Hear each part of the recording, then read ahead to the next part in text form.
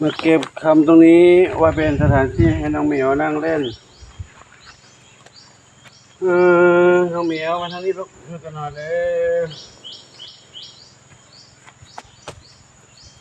บริเวณนี้นะที่ว่าจะล้อมรั้วให้น้องเหมียวได้อยู่ได้เล่น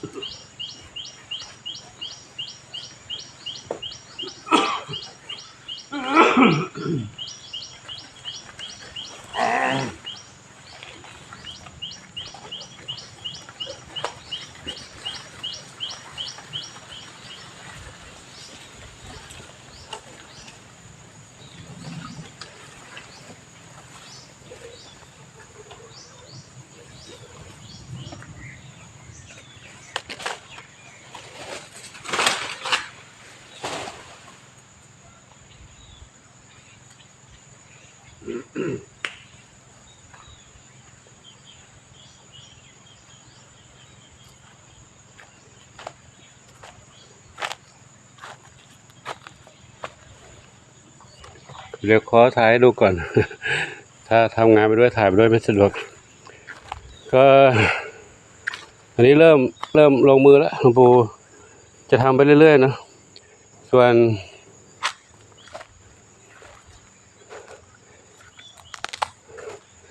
FC ญาติธรรมถ้าจะร่วมด้วยก็ยินดีนะเพื่อจะได้น้องเหมียวจะได้มีความปลอดภัยในการเป็นอยู่หลวงปู่จะกั้นตรงนี้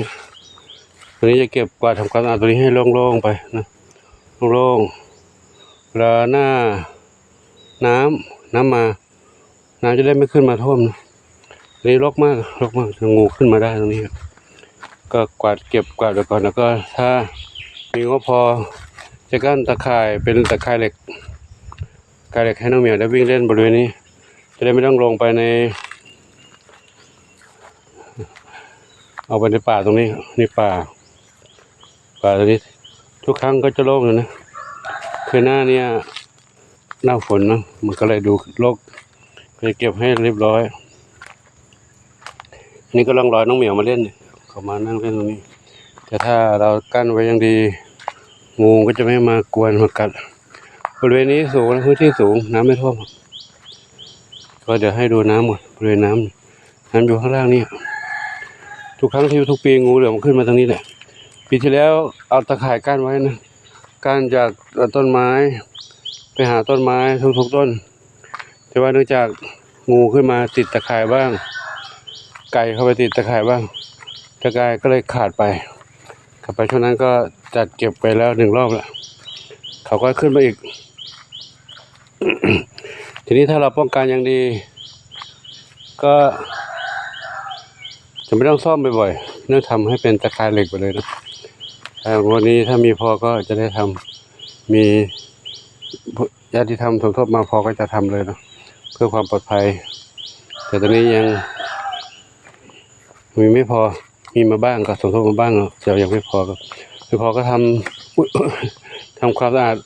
บริเวณนี้ไปก่อนนะทำความสะอาดไปก่อนจะได้โล่ง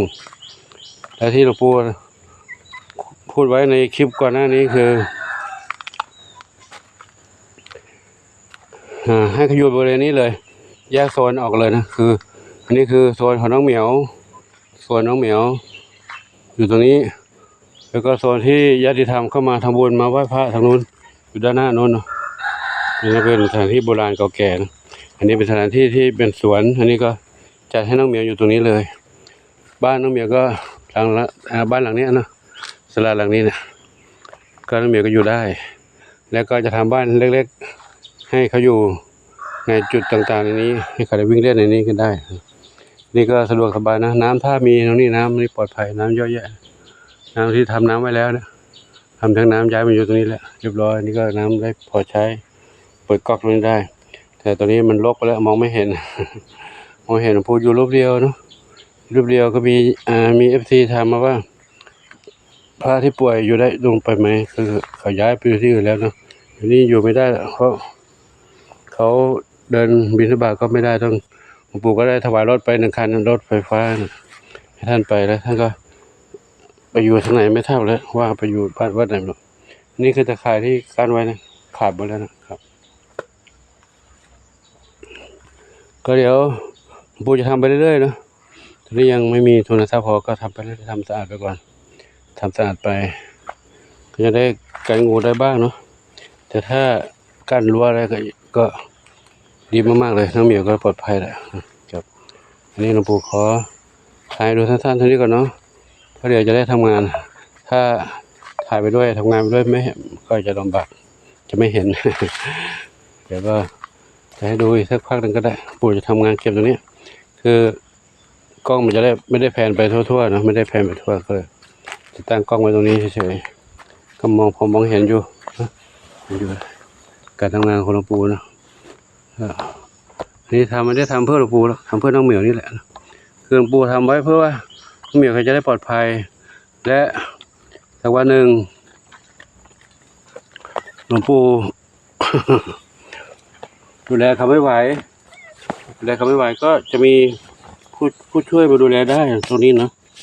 นี่เป็นพื้นที่ที่อยู่ห่างจากกุฏิพระอยู่หลวงปู่การมาญาติธรรมมาไหว้พระเขามาอยู่ด้านนู้นน้องเหมียวอยู่ด้านนี้คนมาดูแลน้องเหมียวก็ดูตรงนี้ก็ไม่เป็นไรคือห่างกันนะห่างกันพระก็อยู่ส่วนพระตรงนู้นญาติโยมมาทำบุญตรงนู้นเนาะทำบุญถวายพระ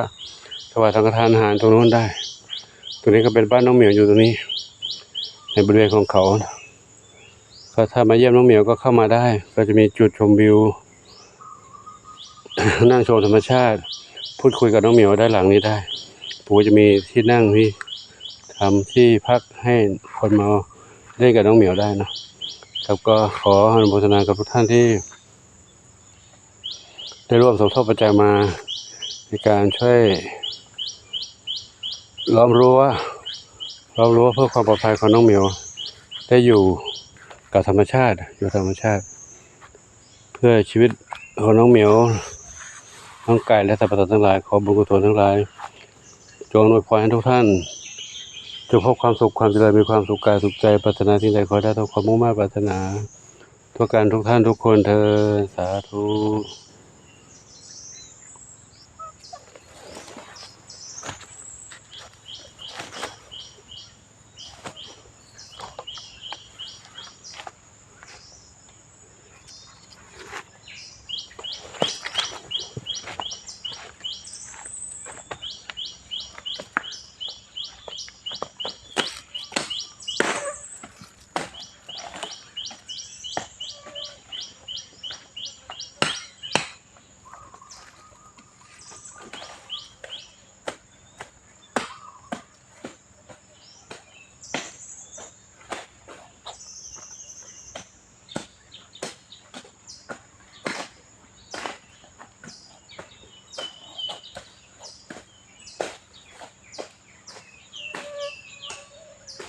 โอ้ยมาแล้ว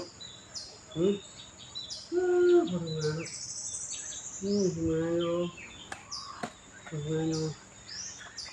ไม่กวนจะโดนมีดนะ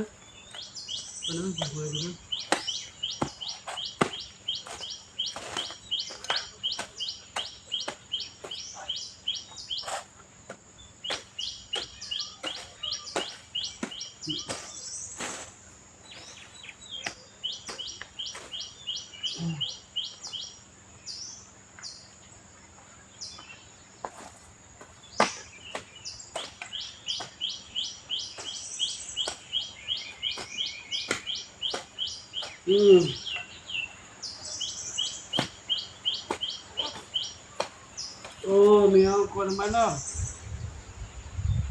งานไม่เดินงานเดินช้า